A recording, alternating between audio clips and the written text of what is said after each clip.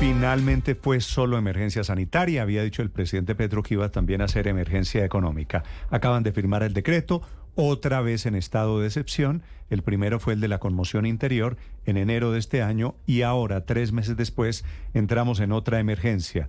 Emergencia sanitaria por cuenta de la fiebre amarilla desde hoy y en todo el país. Camila Carvajal. Sí, señor, este decreto tiene finalmente 15 páginas, lo firma el ministro de Salud, Guillermo Alfonso Jaramillo, y aquí ya hay lineamientos de lo que tienen que hacer las autoridades de salud a propósito del brote de fiebre amarilla. Esta es una declaratoria en todo el país. El artículo primero del resuelve dice que esta emergencia estará vigente desde ya, porque ya está el brote del virus y hasta que por lo menos pasen 8 semanas sin casos en humanos o en los monos o micos. Recuerde usted que en este caso, Néstor, pues también hay que tener en cuenta la transmisión de fiebre amarilla que se le está dando a los monos. Entonces, para evitar contagios también en animales, hasta 8 semanas sin casos en humanos o animales, ahí estará vigente esta emergencia sanitaria. Para efectos del decreto, se divide a los municipios de Colombia en 3 categorías. La primera, municipios de muy alto riesgo. La segunda, municipios de alto riesgo. Y la tercera, en municipios de bajo riesgo. Los de muy alto riesgo son los que ya tienen casos activos o casos detectados de fiebre amarilla. Los de alto riesgo son aquellos que pueden tener casos porque hay condiciones selváticas y de temperatura para el mosquito que transmite el virus.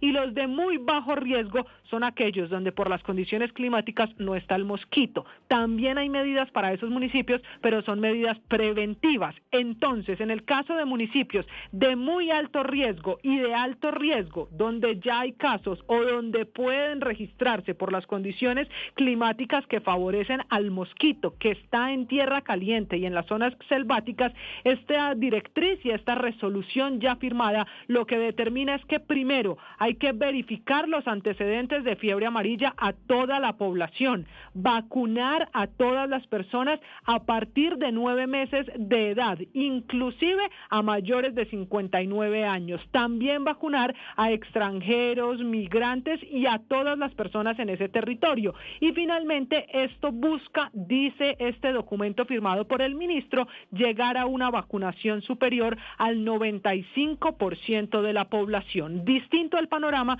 para municipios de bajo riesgo, que es el ejemplo perfecto de Bogotá, donde la gente se vacuna de manera preventiva para viajar a otras zonas del país donde sí esté el mosquito, porque en Bogotá las condiciones climáticas no facilitan que esté el mosquito que pueda picar a alguien directamente en Bogotá y enfermarlo de fiebre amarilla. Para municipios como Bogotá hay que vacunar especialmente a menores de 9 meses de edad hasta los 19 años y los mayores, inclusive de 59 años, que hayan viajado a municipios de muy alto riesgo o de alto riesgo y que tengan pendiente un viaje a esas zonas donde sí está el mosquito, con la recomendación de que la vacunación sea 10 días antes de llegar a esa zona en la que se puede transmitir el virus. Finalmente, Néstor, le quiero dar un dato. En el parágrafo 7 dice esta decisión y esta resolución firmada por el ministro Jaramillo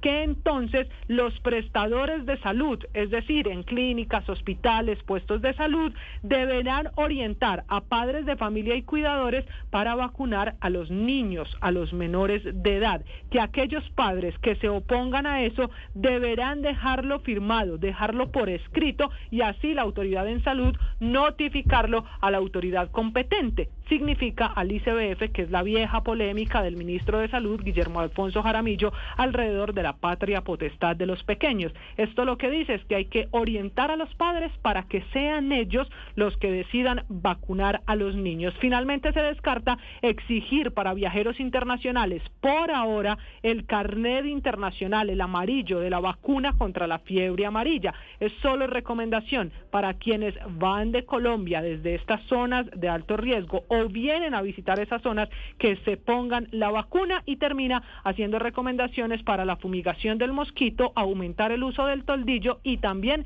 el uso de repelente en las zonas en las que está el mosquito que transmite la fiebre amarilla. Con este documento también se decretó alerta hospitalaria nacional. Camila, para estos efectos hay dos mosquitos, ¿no? Sí, señor. Mosquito urbano y mosquito selvático. Sí, señor, porque recuerde usted que esta es una enfermedad que solo se transmite por los moscos. El selvático es ese que está en unas zonas específicas a las que hay que entrar, a las que hay que llegar. La zona selvática no significa que, por ejemplo, usted llegue a una capital del país y ahí esté ese mosquito. Ahí podría encontrarse el otro, que siempre tiene que ser un mosquito hembra para transmitir la fiebre amarilla. El que contagia es el Aedes aegypti.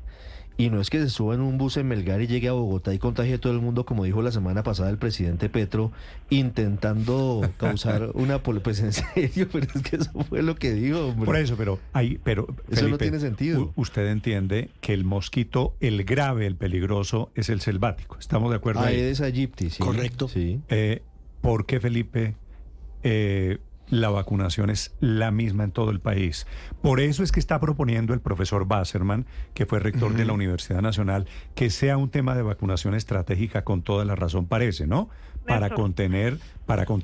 porque hay unas zonas de mayor riesgo que otras zonas. Néstor, y eso también depende de lo que los epidemiólogos desde la semana pasada nos han explicado aquí, la zona de transmisión o la zona de importación de casos. Vuelvo al caso de Bogotá. En Bogotá ya hay casos de fiebre amarilla, 5, de los 5, 2 han muerto, pero ojo, porque el mosquito no los picó en Bogotá, todos son casos importados desde el Tolima, porque allí sí hay el mosquito que transmite la enfermedad, y por eso el Tolima sí se considera el departamento donde se pueden originar los casos. Para Bogotá, para la capital del país, y para los municipios que no tienen ni las condiciones selváticas ni la temperatura donde vive el mosquito, se consideran casos importados, y hay que vacunar es de manera preventiva por gente de Bogotá que se vaya de paseo o a sus cosas al Tolima, por ejemplo. Recuerden, por ejemplo, que la semana pasada habló aquí El mosquito en no Mañanas Blue. el mosquito no tiene cómo sobrevivir en Bogotá. No sobrevive, pero sí hay algo importante que nos dijo Gerson Vermont, secretario de Salud de Bogotá, que fue el hombre que se encargó de coordinar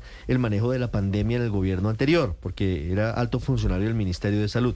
Nos dice que, si bien es cierto que los mosquitos no es que sobrevivan en Bogotá, los que transmiten la fiebre amarilla, sí se ha presentado un fenómeno por el cambio climático, y es que cada vez son más resistentes a mayores alturas. Entonces, digamos... Yo sé que lo del presidente Petro puede interpretarse como un chiste, pero principio sí de precaución. Pero todavía no se reproducen Por aquí. principio de precaución. El límite geográfico se ha subido, eran 1.800 metros, ya vamos en 2.200 metros sobre el nivel del mar. Pero lo que sí es cierto, Néstor, es la vacunación. ¿De dónde van a sacar es 40 ahora, millones de vacunas? y es preventiva.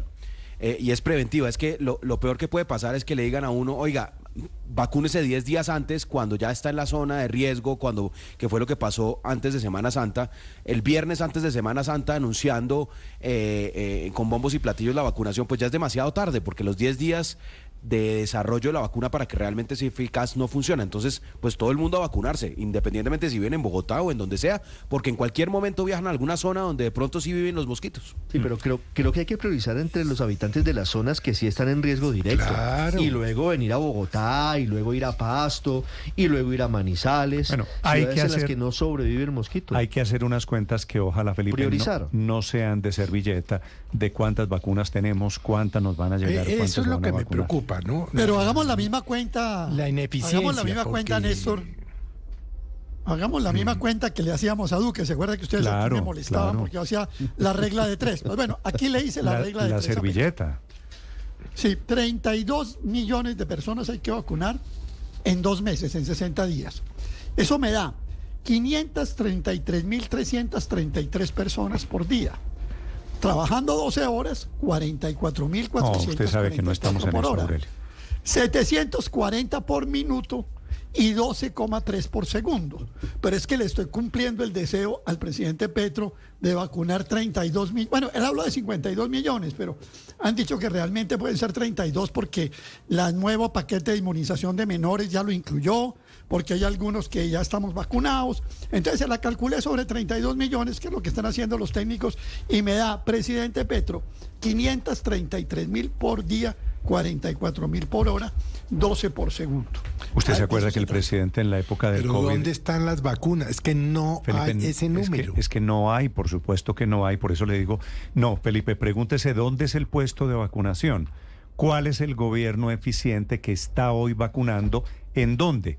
Me da el dato de en dónde están vacunando. Están vacunando donde han vacunado siempre, que son unos puesticos escondidos de la Cruz Roja, de la Secretaría de Salud Departamental, en el departamento del Tolima, en donde se ha hecho siempre un trámite de vacunación más o menos ordinario.